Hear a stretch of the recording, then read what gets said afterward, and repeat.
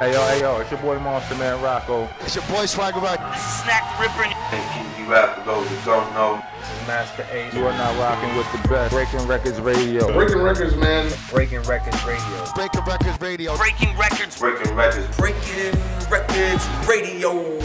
Let's go. Breaking Records Radio. Press 5-9. Breaking Records Radio. Breaking Records, man. Radio is like the place to be. I don't fuck strange music, dude. And it wound up turning into a lot more. Oh man, I love No Regrets. And you know what? Now that you say that too, I never even made the correlation, but you know, that and Nostalgia are two of my favorite songs of yours. And they're both kind of that same tone, like, you know, kind of like saying, you know, it's like kind of like your last hurrah kind of thing. Yeah, you know yeah. I was trying to exit for a little bit there. I was trying to like, okay, let's exit on a high note. That was my thing. I wanted to go out on a high note, not a low note. So Disposable was a great way to kind of like, you know, go out. And then I did a Long Hot Summer, you know, and people love that album. Some people even love that album even more than Disposable. But yeah. Each one of those albums brought a whole new batch of fans into my, you know, my orbit, which was great. And then I did Nostalgia sometime right after I did Long Hot Summer. I did Nostalgia. I said, okay, because I figured Long Hot Summer. Okay, I got the two. I got that next solo joint off, you know, out of my system. I got to do this single for Marco, but this will probably be the last go around. And boy, it just kept going, like because the fans made it keep going. It wasn't me. Yeah. It was the fans.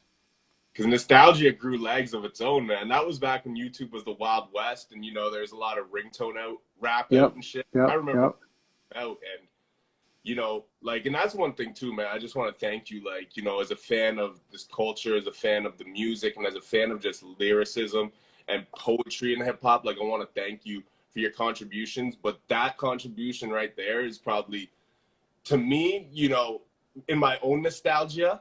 Not to be corny by saying that, but like that's probably the most important record to me because that came out at a time where I was losing faith in hip hop. You know what I mean? Like the stuff that was coming out at the time, it just was not, you know, it didn't represent what I liked about the music anymore. And it was getting harder and harder to find music I liked. The artists coming out were not representing it. The artists who had been in the game, you know, who are on the bigger platform, you know, were putting out some most subpar material. A lot of them were moving away from that core sound. And when you guys came up with Nostalgia, I was just like, this is exactly why the fuck I love hip hop. You know what I mean? Like that song to this day, you know, I know every word of that song and I'll probably never forget a single word to that damn song, you know? And I tried to pay homage to all of the different Juice Crew members on that song by starting and ending each verse with a lyric from the main core Juice Crew members. Yeah. And, just as a way to kind of like salute, you know, thanks for taking me on the ride with y'all and giving me that opportunity to just shine. And so that was my homage to, you know, Big Daddy Kane, MC Shan, Craig G, Roxanne Shante, Bismarck E, Cool G Rap, and Marley Marl, of course. And you know, I think it went over their heads a little bit. I don't know to this day. I don't even know if the Juice Crew members know that I did that, believe it or not. As old as that song is, I don't even know if they know that I paid that homage on that song and how I did that. It's the ace in the flesh. Of course I'm fresh. But you thought that I was rotten? You must have gotten. Word.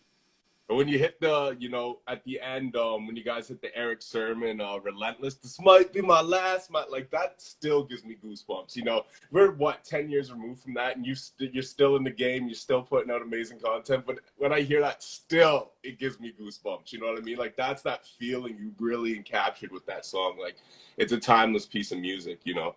And that was something that Marco added. I didn't even know that was going to be on the song. I didn't tell him to do that. Wow. Yeah, that was a producer decision. He decided to add that in. I mean, it was based on stuff that I was kind of saying to him at that time, you know, because I was like, you know, Disposable was really supposed to be my last album, but I did Long Hot Summer just because you know, of what happened with Disposable. The distributor went out of business right after the album came out, and people didn't really get the album didn't get a fair shake. So I'm doing Long Hot Summer just to remind people that I did this album, Disposable Art. So that's why I did that album. Yeah. And I said, but pretty much after that, I'm gonna kind of probably be hanging it up. So let's do this record. So he just decided, yo, I'm gonna put this might be my last in there, because I think he thought that's where I was really headed. Yeah. Mentally, I was pretty much there though. And it's crazy, man. You know how there's these there's these pinnacle points of your career where, you know, you've been ready to hang it up a few times, and then once you get in that zone, you drop, like, you know, one of the best piece of works of your career. You know what I mean? Like Disposable Arts. And you're like, okay, cool, yeah, maybe they, you know, a little bit more juice in this engine, you know, and then you get to nostalgia and you're kind of back where you're like, all right, you know, I think I've left my mark well enough, and then nostalgia goes and takes legs of its own. Like, I remember that thing had, you know, the video went crazy. Yeah, like I had no idea. I didn't know that video was gonna do what it did. I thought it was a cool video. I thought it was a pretty cool video, but it wasn't like groundbreaking or nothing like that. You know, b-boys, you know, breakdancing in the park, like a regular stuff. I didn't think it was gonna have the type of response that it had, but man, overseas that thing took off crazy. To this day, we perform that record, people go crazy. And the thing is too with that, like, you know, a lot of, you know, nowadays in the age of the internet, you know, even back then it was happening too, but you know, a lot of people sell records through theatrics, you know what I mean? Like very high budget music videos, or even if they're not the highest budget, you know, very creative ways of making things look high budget, you know, like a lot of things are sold to you off presentation. And that's one thing I think that speaks to that song that makes it so classic, is that the video is actually relatively low budget. You know what I mean? It's not shot on the greatest camera. You know what I mean? Like you said, it's pretty regular. The park, people breakdancing, you guys just kind of chilling. You go by the quarter water, which I thought was really, you know, I love that at the beginning. You know, and so it goes to show that the music spoke for itself. You know what I mean? And people weren't there to watch the visuals. People were there to hear the, you know what I mean? And I think that's important. Good point. There's not, you know, I think in the age of, you know, YouTube and, you know, a lot of stuff is sold off theatrics. You know what I mean? Like, even like, look at this Tekashi shit going on.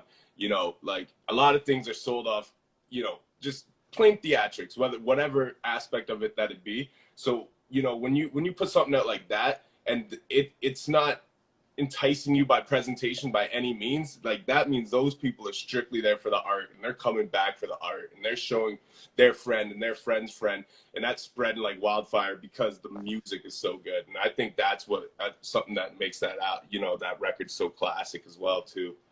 And those are the people that make up the majority of who my fans are. Yeah, it's not because there's people that, you know, you mention my name and they're like, yeah, I think I know who that is. Yeah, that's the guy that made me in the biz, right? Like, and they literally don't know about anything beyond me in the biz. Like my first single in 1990, anything after that, they just have no concept of, because, oh, well, it wasn't on the radio, so I thought he just stopped making records. I thought he stopped making music because I didn't hear no more songs on the radio. And I'm happy to say that, like, the majority of my fans are not those kind of people. They're people who follow the records, know the music, know the skits, know the characters in the skits, and have followed my career throughout, you know, the last 20 some odd years of doing it, and really 30 years if you go the whole length of time. But it's a blessing, man. I'm glad that I was able to, you know, do it that way, and that I had the fans that stayed with me that whole ride.